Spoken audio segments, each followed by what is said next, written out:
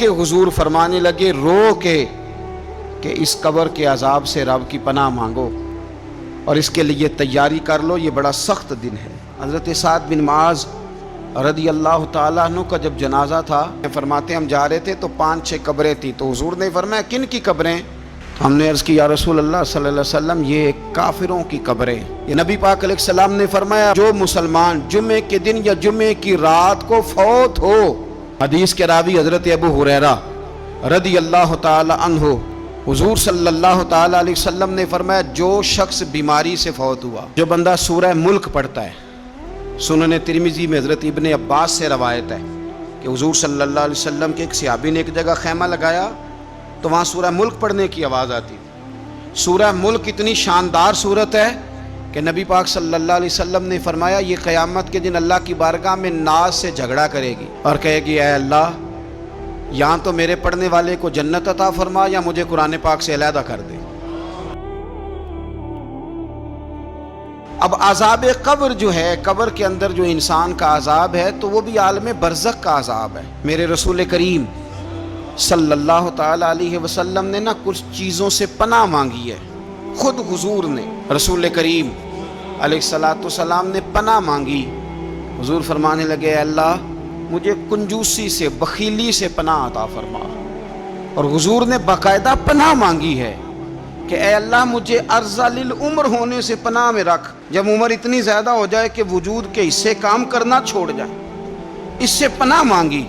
اور خود میرے نبی پاک علیہ السلام نے قبر کے عذاب سے پناہ مانگی۔ یہ تعلیم امت کے لیے کہ تم بھی پناہ مانگو عذاب قبر سے۔ قبر کا عذاب برحق ہے، قبر کے لیے تیاری کر کے رکھنا، اپنی قبر کو یاد رکھنا، مر جانے کو یاد رکھنا۔ حضرت سعد بن معاذ رضی اللہ تعالیٰ عنہ کا جب جنازہ تھا تو صحابہ کرام فرماتے ہیں کہ حضور نے نماز جنازہ کی امامت فرمائی تو قبر کے تیار ہونے میں کچھ دیر تھی، تو رسول کریم صلی اللہ علیہ وسلم زمین پر بیٹھ گئے اور ایک لکڑی سے حضور زمین کریدنے لگے۔ ہم وہ انتظار تھے کہ اللہ کے رسول صلی اللہ علیہ وسلم سر مبارک اٹھائیں، ہمیں کو نصیحت کریں۔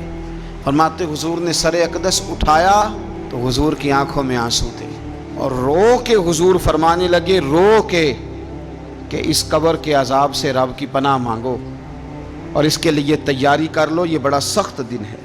رو کے حضور نے فرمایا، رو کے۔ آج تو لوگ مذاق بناتے ہیں، کچھ فقیر صوفی درویش کہلانے والے بھی، وہ کہتے ہیں یہ جو مولوی بتا رہے ہیں نا قبر میں بچھو ہوں گے، سانپ ہوں گے، یہ تو مولوی اپنی قبر بتا رہا ہے، ہمارا اس سے کیا لینا دینا ہے۔ خدا سے ڈریں۔ وہ چیزیں جو احادیث مبارکہ میں آ گئیں، جس سے نبی پاک نے ہمیں ڈرایا، ہمیں سمجھایا، آپ اس تنبیہ کو، اس نصیحت کو آپ اس رنگ میں لیں گے کہ مذاق بنایا جائے گا دین کا، بجائے اس کے کہ اس سے ڈرا جائے۔ حضرت سیدنا براء بن عازب رضی اللہ تعالیٰ عنہ ارشاد فرماتے ہیں کہ میں نے نبی پاک صلی اللہ تعالیٰ علیہ وآلہ وسلم سے خود اس بات کو سنا ہے، خود رسول کریم صلی اللہ علیہ وسلم نے فرمایا۔ حضرت زید بن ثابت رضی اللہ تعالیٰ عنہ بھی اس بات کے راوی ہیں، فرماتے ہم جا رہے تھے تو 5-6 قبریں تھیں، تو حضور نے فرمایا کن کی قبریں؟ ہم نے عرض کی یا رسول اللہ صلی اللہ علیہ وسلم یہ کافروں کی قبریں۔ یہ صحیح مسلم میں حدیث موجود ہے، کفار کی قبریں۔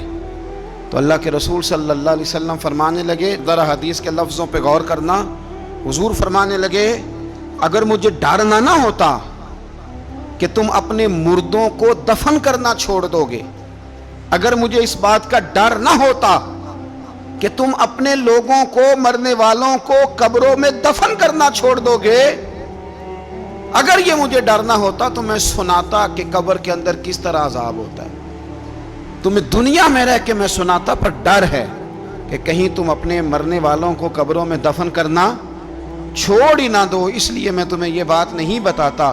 اور میرے رسول کریم صلی اللہ تعالیٰ علیہ وآلہ وسلم نے پھر ارشاد فرمایا، اپنے غلاموں کی طرف نظر فرمائی، یہ بات کہہ کے کہ اگر مجھے ڈر نہ ہوتا کہ تم دفن کرنا چھوڑ دو گے تو تمہیں میں سنا دیتا کہ قبر میں کیا عذاب ہوتا ہے۔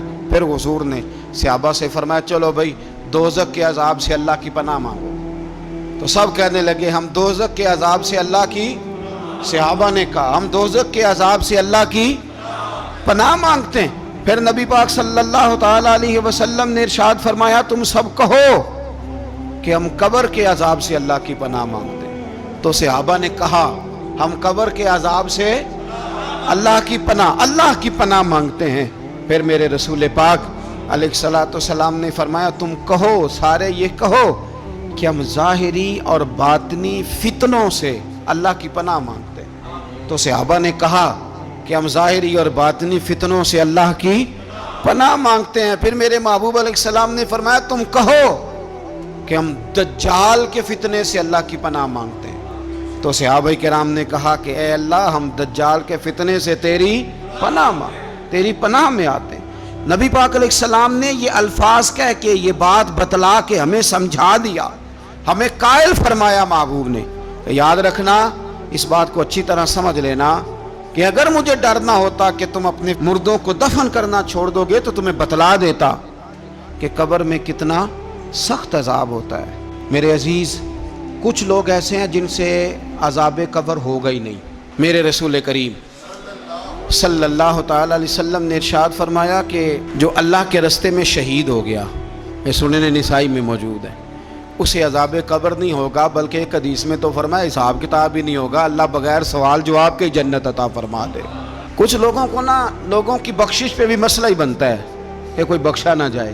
اور ایک صاحب کہہ رہے تھے جی یہ کیا معاملہ ہے کہ جمعے کو بندہ مر گیا یا فلانا ہو گیا تو اس سے حساب کتاب نہیں ہوگا، اتنے بڑے جرم لوگوں نے اتنے پاپ، اور جمعے کو مر گیا تو بخشا جائے گا۔ تو میں نے کہا جرموں کا بھی اسے حساب اللہ لے لے گا، لیکن میاں حساب کتاب کی ڈیوٹی نہ اللہ کی ہے تو بہتر یہ ہے کہ اسی کے ہاتھ میں رہے، تو نہ اپنے ہاتھ میں لینے کی کوشش کر۔ سنن ترمذی کی حدیث۔ ہمیں پتہ نہیں کیا مصیبت ہے، ہمیں پتہ نہیں کیا مسئلہ ہے۔ ایک جنازے سے میں نکلا، آپ یقین کریں کبھی کبھی کلیجہ پھٹ جاتا ہے۔ میں ایک جنازے سے نکلا تو میرے ساتھ ایک بندہ جنازہ پڑھ کے نکلا تو کہنے لگا جی پیر صاحب دیکھیں آج کتنی دنیا آئی ہے، حالانکہ یہ بندہ اس طرح کا تھا، اس طرح کا تھا، اس طرح کا تھا۔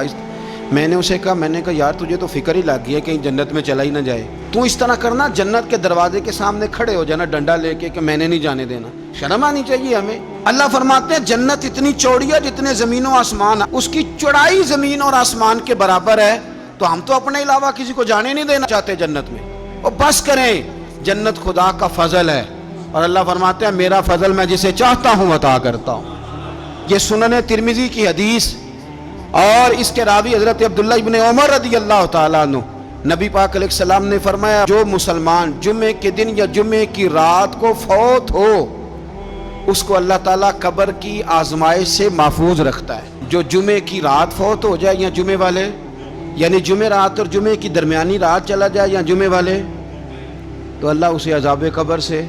تو میرے عزیز، جو بندہ شہید ہو اس سے عذاب قبر نہیں ہوتا، جو آدمی جمعے کے دن یا جمعے کی رات چلا جائے اسے بھی عذاب قبر نہیں ہوتا۔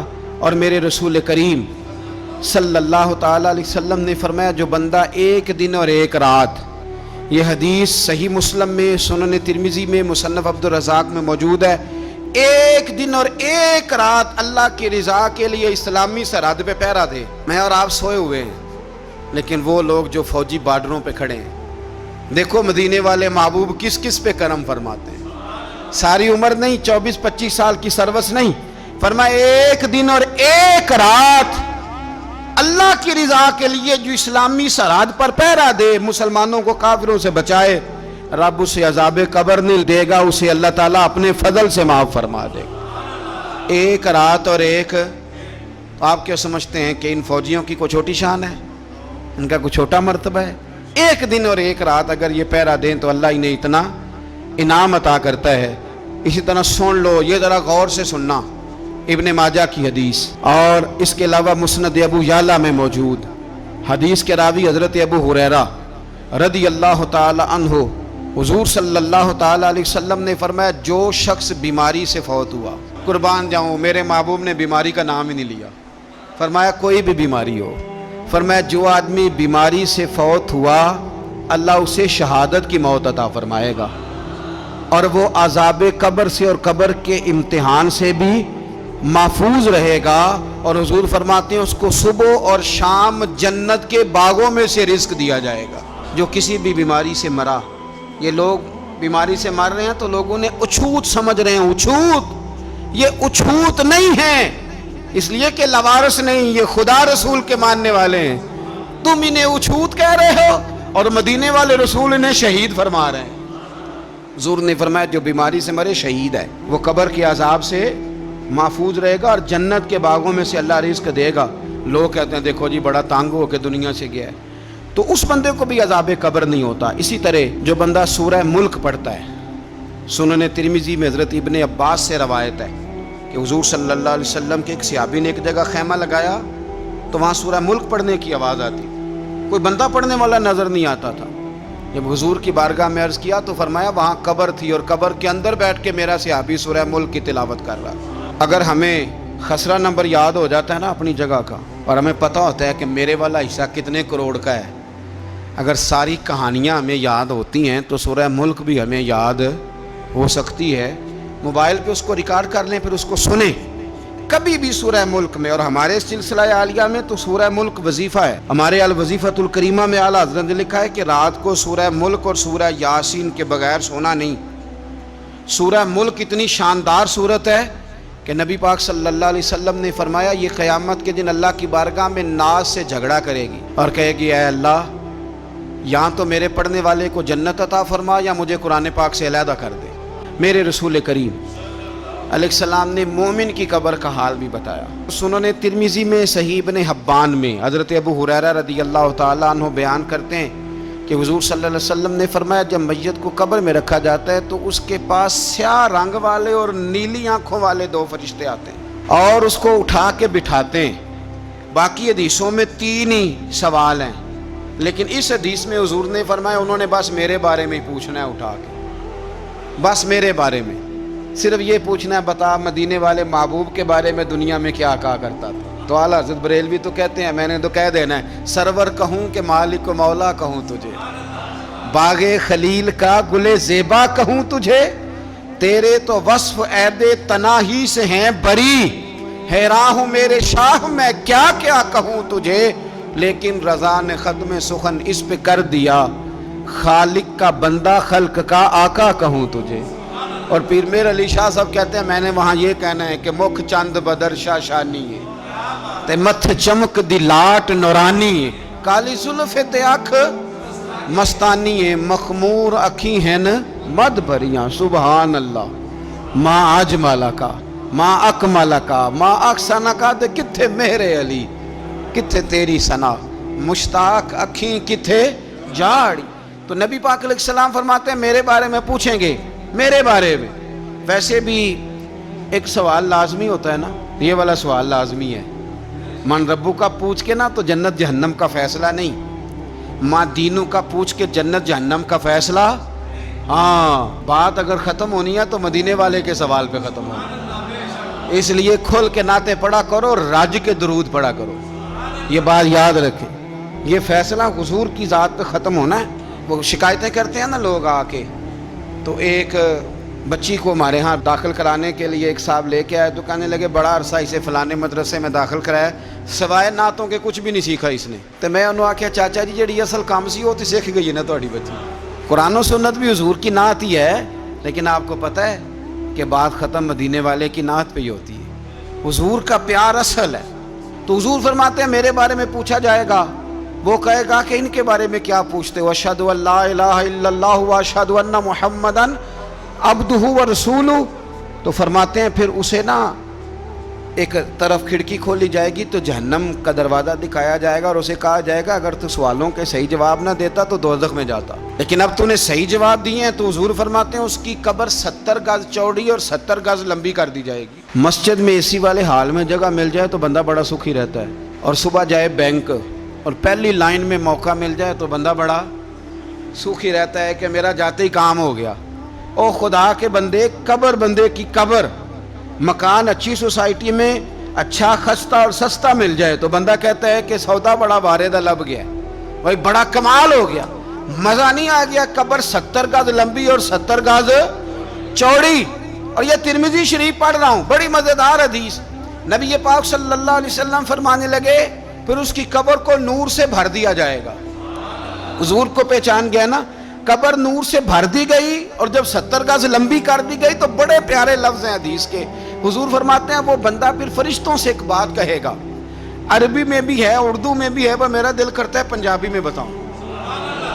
وہ نا فرشتوں سے وہ بندہ کہتا ہے جب قبر ہو گئی نا 70 گز لمبی 70 گز چوڑی اور نور سے بھر گئی، قربان جائیں، حضور فرماتے ہیں وہ مردہ وہ جو قبر میں پہنچا ہے، جب اس کی قبر کو یہ شان ملتی ہے تو فرشتوں سے پتہ کیا کہتا ہے؟ کہتا ہے میں گھر نہ داسا وہاں جا کے، یہ ذرا گھر نہ بتاؤں دوڑ کے، یہ ذرا میں اپنے گھر بتاؤں بھاگ کے کہ اللہ نے بڑی خیر کر دی، اپنی اماں نو داسا وہاں، میں بچوں کو بتا کے آؤں کہ موج بن گئی ہے، میں بتاؤں اپنی بیوی کو، بتاؤں اپنے بہن بھائیوں کو، میں گھر نہ داسا وہاں۔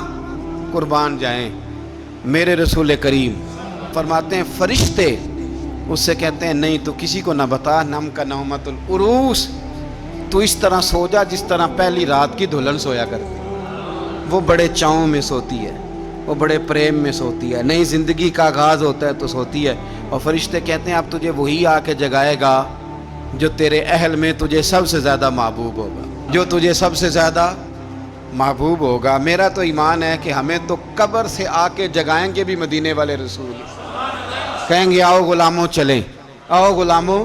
اور وہ کشمیر کے رومی وقت نے میاں صاحب نے کہا تھا بعد مرندے قبر میری تے میرے اپیرا جے کر پامے پھیرا۔ اب حسن دیکھیں کلام کا اور انداز دیکھیں، بعد مرندے قبر میری تے میرے اپیرا جے کر پامے پھیرا، تے قبر دے وچوں ہڈیاں اٹھ کے مجرا کر سن تیرا۔ تو ایک دفعہ آ تو صحیح، میں لوگوں کو وجد کر کے دکھاؤں گا کہ دیکھو نا وہ آج آئے ہیں، وہ آئے ہیں میرے مزار پہ، آج دیکھو ذرا رنگ تو دیکھو کس طرح نرالا اور انوکھا ہو گیا، وہ خود آئے ہیں۔ مومن کی قبر جنت کا باغ بنے گی، اسے نوازا جائے گا، اسے دیا جائے گا، اسے عطا کیا جائے گا۔